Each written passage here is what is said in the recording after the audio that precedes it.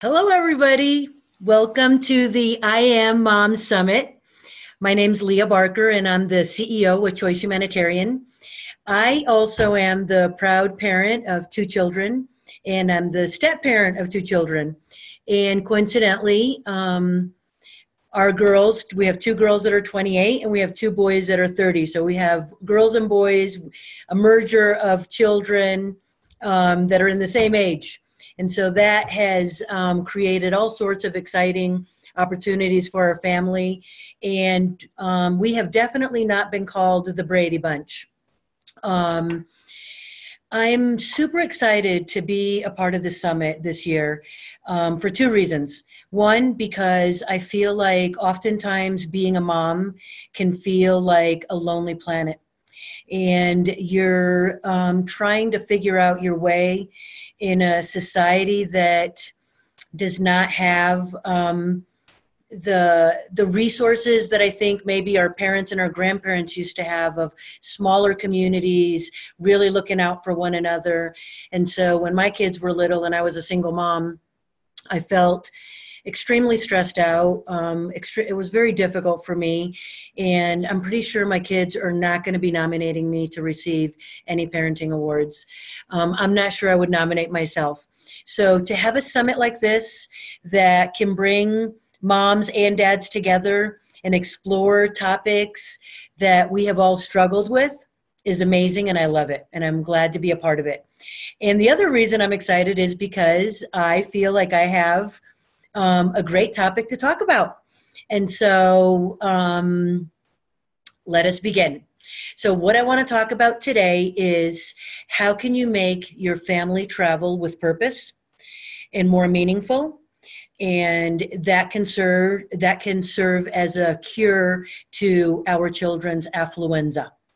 So let me tell you a little bit more about that. So as parents, and look, this is life a la Leah. I don't know if this is right or wrong. I'm just sharing the world is the way I see it. But when my kids were little, I was constantly looking for opportunities to expose them to things that would really help build some significant and important attributes in them that I value and think are really important.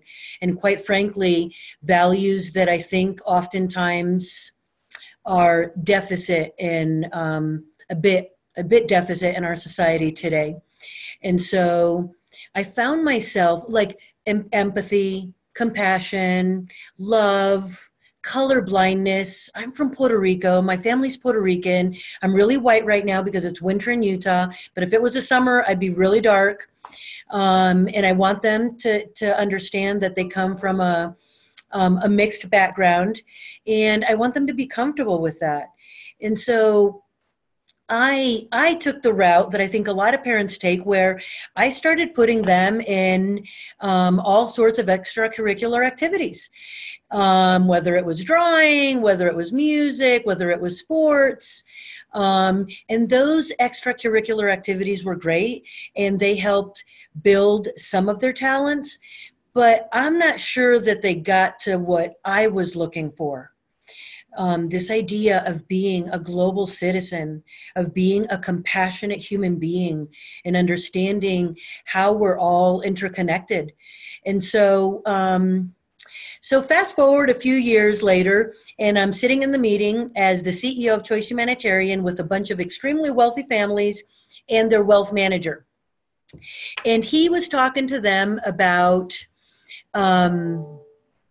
he had on the board, a chalkboard, all of these characteristics: lonely, bullying, bullied, depressed, self-centered, very connected to technology.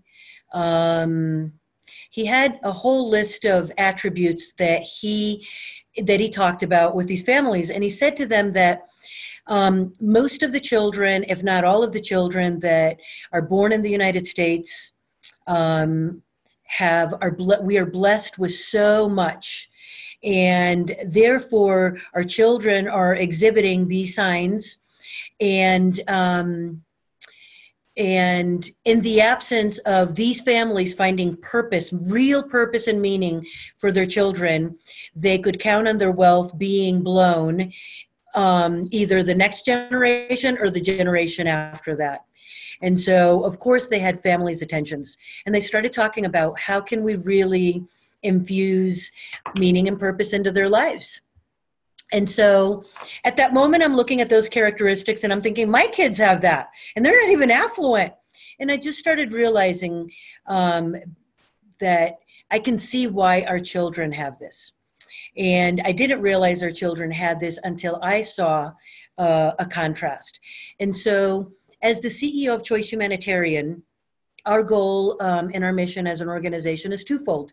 One, we are ending extreme poverty in some of the most remote villages around the world in 8 countries.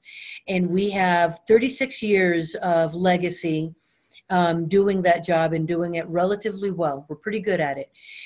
Communities, we work with them for 3 to 5 years, and then we exit, and those communities are on their path to self-reliance. Now, the second part of our mission is we offer an expedition program, and that expedition program is to connect people from our world to people in remote villages around the world and offer what we call an intercultural exchange. So it's an opportunity for us, our children, employees from our companies, grandmothers and granddaughters, grandparents and grandchildren, to go on these experiences and immerse themselves for 1 week in a remote village, sleeping on air mattresses on the floor, eating ethnic food, great ethnic food, but it's ethnic food, and working for a week side by side with villagers, locking arms with them, and working on a project that they have deemed as critical to their path to self-reliance. And it's interesting because our children usually associate lack of connectivity with being punished. And in this setting, it has a completely different impact. Basically, what ends up happening is some of these villages just don't have electricity. They don't have connectivity.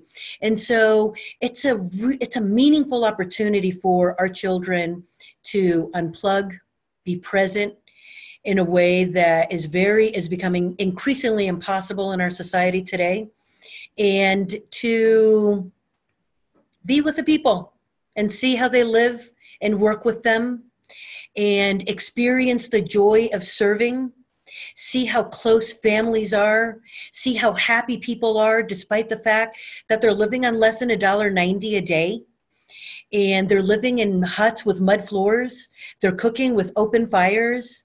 One of the things that they'll experience is that they'll do what we call a day in a life. And that means that for a day, they're just going to shadow a family, and they're going to see how that family lives, and just experience life the way that they do it. And so it's a remarkable experience.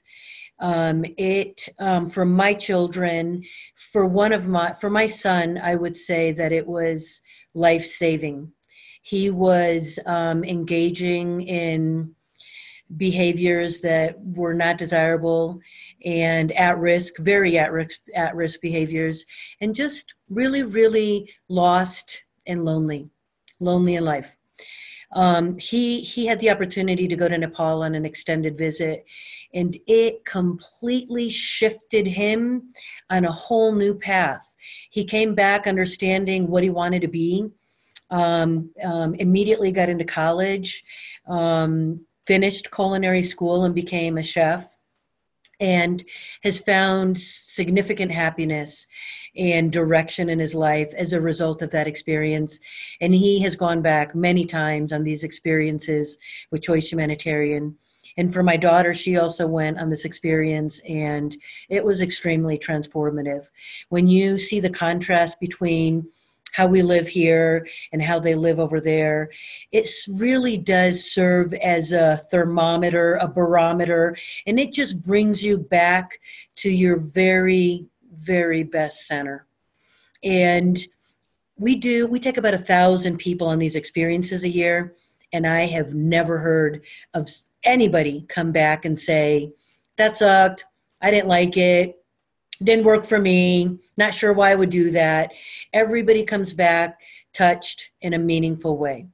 And so what I would like to propose that we consider as moms is that our children need to be exposed to these experiences and these glaring contrasts that it just won't escape them, so that they can come back as global citizens understanding how decisions they make here impact people over there, that they can reconsider how close families can be and should be, and spending quality time together, and that being unplugged and unconnected, disconnected for a week can be an amazing thing. That technology isn't everything. It has its place in society, and I'm not going to say take your electronics away from your kids, because that's not the point. But the point is to have a healthy balance in every aspect of your life. And I believe that our children really, really need this. And one, not concern, but one thing that's become really evident to me is that the people who are doing this with CHOICE Humanitarian tend to be the more affluent families, because there's a cost associated with doing this. And what I would encourage you guys to consider is that build the cost into the whole planning process and the program itself that you're going to do with your family. So maybe you guys are going to take a year of no extracurricular activities or less extracurricular activities. And maybe the kids are going to also work and earn some of the money. And maybe you're going to forego certain holidays that require spending, and you're going to allocate those funds to this. I once had a family when I first started 10 years ago, and they saved for 3 years. And they sent us, I can't remember, $10,000, $15,000 a year.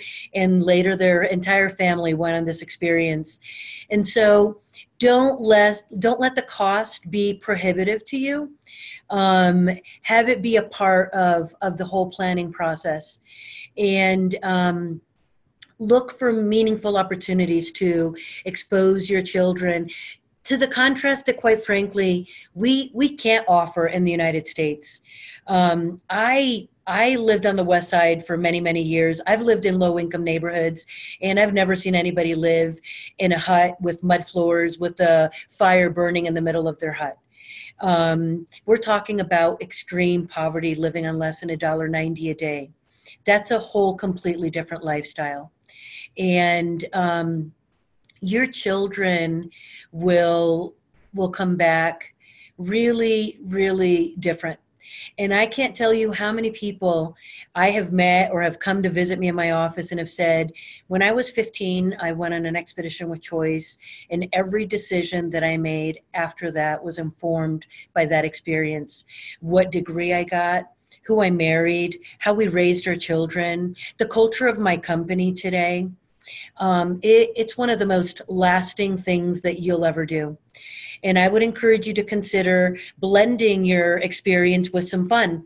So if you're going to go on an expedition to Kenya, then of course, go do safari. And if you're going to go to Peru, do Machu Picchu. So there's a fun way to do these experiences with your families that really help cement relationships. And if these relationships are tenuous, I have seen parents on an 8-hour bus ride into a village, really with arms crossed, and you could tell they're really frustrated with each other. And 5 days later, in a bus ride on the way back, arms around each other, and really, really valuing and loving one another. And so I know these experiences have such a huge impact that if I could bottle it up somehow and sell it, I know that I would be doing a much better job at what I'm trying to explain here. What else do I want to say about this? So also, you know, one of the things that I really miss in our society is that we used to have like these rites of passages, you know. In my culture in Puerto Rico, when you turn 15, your family celebrates with a quinceañera. And what that really is your family is introducing your daughter to society and saying, my daughter is about to become a woman and I'd like you to meet her. You know, Native American societies have rite of passages with their young men. And so you can use this experience as an incentive or as to mark important points in your family's life, in your children's life, where you just really, really want to capitalize on the experience to make sure that it's providing the most lasting impact on your children that it can. And I can promise you, your children will come back just understanding that these children over there on that side of the world and those families, they want what we want. You know, they want to have the same things. They want to be able to send their kids to school. They want to be able to provide for their health care. They want to be able to put food on the table. And families and moms all around the world want to be able to earn a fair income so that they can support their families. This is moms and dads. And so, your children, your families will walk away experiencing something that I hope I'm capturing well. And I don't want this to sound as an infomercial for Choice Humanitarian, because there are several nonprofits that offer these humanitarian trips. We call them expeditions. Other organizations call it something else. And so if not with us, which I think we do a really, really good job at it, because one of the things that your kids will experience with us is how do you empower people in remote villages so that you're not robbing them from the experience of them moving themselves out of extreme poverty. It's not handouts. There's no food drops. It's all about leadership and capacity building to empower people with maybe opportunities that they haven't had in the past, so that they can create their own plan out of poverty. It's their job to move themselves out of poverty. And once they've learned that, anything can happen. Earthquakes can hit.